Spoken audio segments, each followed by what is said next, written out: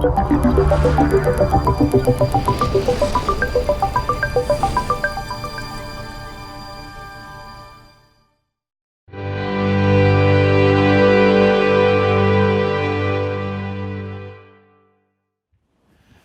morning, everyone. I guess it is my privilege, it is certainly my pleasure, to be the first one to welcome you to this conversation about digital cultural heritage and India at the Oxford eResearch Center, which will be proceeding for the next couple of days. My name is Loren Griffith. I'm the Director of International Strategy here at the university.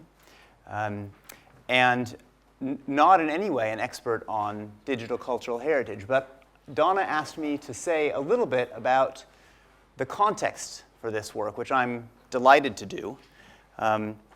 Before I do that, let me just express my pleasure at seeing not only a good number of internal faces, but some wonderful visitors from the Indian High Commission in London, from the museum sector in India, from the House of Mewar, and elsewhere around the world.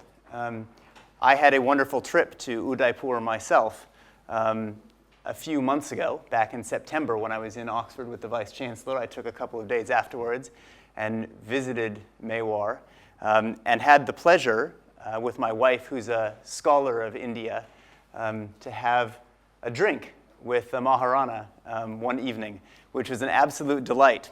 I hope it was also a delight for him, because I had my two young children along with me. And so while we were having conversation, they were off destroying cultural heritage around the city palace grounds. In fact, at one point I noticed that they were gone and went looking for them and found them picking up an old urn and kind of looking around at it. And on the one hand, I really liked their enthusiasm. On the other hand, I was worried that I was about to cause some sort of diplomatic incident. So in any case, this is an exciting workshop on digital cultural heritage in India for a number of reasons. It's an important topic for Oxford, one that we care deeply about, and one that we invest heavily in. It's a prime example, digital cultural heritage, of the sort of work we want to be doing, of the sort of work that the world needs to be done, and the sort of work that we think we're distinctively positioned to undertake. We see a crucial role for ourselves, and have for a long time, in cultural heritage, in unearthing it, in preserving it, in understanding it, in curating it, and of course in sharing it with the public. The Ashmolean Museum, as many of you will know, is the first public museum in the UK, and now the most visited museum outside of London in this country. And it's an important research and teaching tool, as well as a way of engaging with the public. And preserving cultural heritage is a job that long-standing institutions are particularly well placed to undertake, because they have a sense of the value of connecting the present with the past, and indeed with the future. And Oxford and the world's other ancient universities are among the most enduring institutions in the world. And so it is only right that we take very seriously our role in preserving cultural heritage, which is a matter not only of great scholarly importance, but also of great cultural importance, because it connects people with each other and with the past. It helps people feel rooted in a world that today is very fast changing. It helps give them a sense of place. The second reason this is exciting for Oxford is that much of the most interesting work in cultural heritage is about moving fluidly across boundaries, and that's a very important thing for Oxford as a whole. What I mean by that is cooperating across sectors and across disciplines. And this conference reflects that breadth, bringing together people from academia and from business, from the museum sector, from government, people from the UK and from India, and people from different disciplines: classicists, technology people, facilities managers, curators.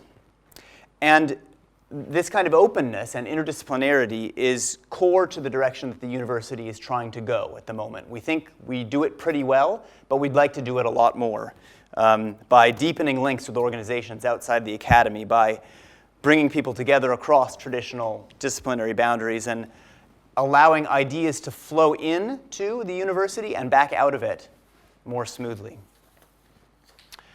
Let me say a word about digitization, because that's a third reason why this is an exciting conference for us. We put a big priority on digitizing our collections and on the importance of digital education. We believe deeply in it. It's brought together in the humanities by the Digital Humanities Project, which gathers web-based materials from across the university. We think there's more activity in the digital humanities at Oxford than any other UK university. And that's a big deal because digitizing collections is such a powerful force. It's a powerful democratizing and unifying force. When we or the government of India or the House of Mewar puts its collections online, it enables people to access them wherever they may be in the world. And that means that it's no longer the preserve of an elite who are affiliated with that institution and physically located there, but available to anyone with a decent internet connection around the world. And that, in turn, enables people to work together who might not otherwise have had the opportunity to before, and to do so more efficiently. The final reason why this is exciting for us is the India dimension. So let me just say a brief word about Oxford and India. It's one of the most important countries for us as a university. And at the core of that relationship are connections between people. It began in 1579 when an Oxford man, a guy named Father Thomas Stevens, was the first recorded Englishman to visit India. And then it continued, in fact, incorporated a cultural heritage dimension as early as 1630 when we received a collection of Mughal paintings to the Bodleian Library. A chair in Sanskrit followed in 1832, and then the first Indian students arrived in 1871, including, among those early pioneers, a woman named Cornelia Sorabji, who was both Oxford's first Indian lawyer and India's first woman lawyer. Sorry, she was our first female lawyer to be trained here. So we've been studying India for a long time, and we've been welcoming people from India to the university for a long time. But we also have recognized the importance of being in India for a long time. And so we opened an Oxford University Press office there in 1912, and the Vice Chancellor and I were there to celebrate its centenary just a few years ago. So today we have a lot of Indians here, 132 academics on staff, which I looked up as a number that's more than doubled just since 2007, and 373 students, which is up by almost 50% in that period. So it's a long-standing but also very fast-growing set of connections. And that means that we now have a lot of alumni in India, more than 1,500. And they include in their numbers a couple of former prime ministers, novelists, people in journalism, in the arts, and so on. And we're also doing a lot of joint research with Indian partners, something that we're particularly excited about. In medicine, we have the Indox Cancer Network stretching across India and helping us understand the particular features of cancer prevalence in India. We have the Young Lives Project, which compares the features of childhood poverty in Andhra Pradesh with childhood poverty in Peru and Vietnam and elsewhere. The Oxford India Network in Theoretical Physicists in Theoretical Physics brings together world-leading people in that area between Oxford and India. And there's more and more collaborations on affordable health care and in the humanities and in every other area you can think of. Let me just close now by saying a brief word about Donna, who may not say these things herself, but she is responsible for this exciting program of work. And like me, an American who came to Oxford first as a Marshall Scholar, trained as a classicist, initially focused on Greek art, and has been a professor here for many years.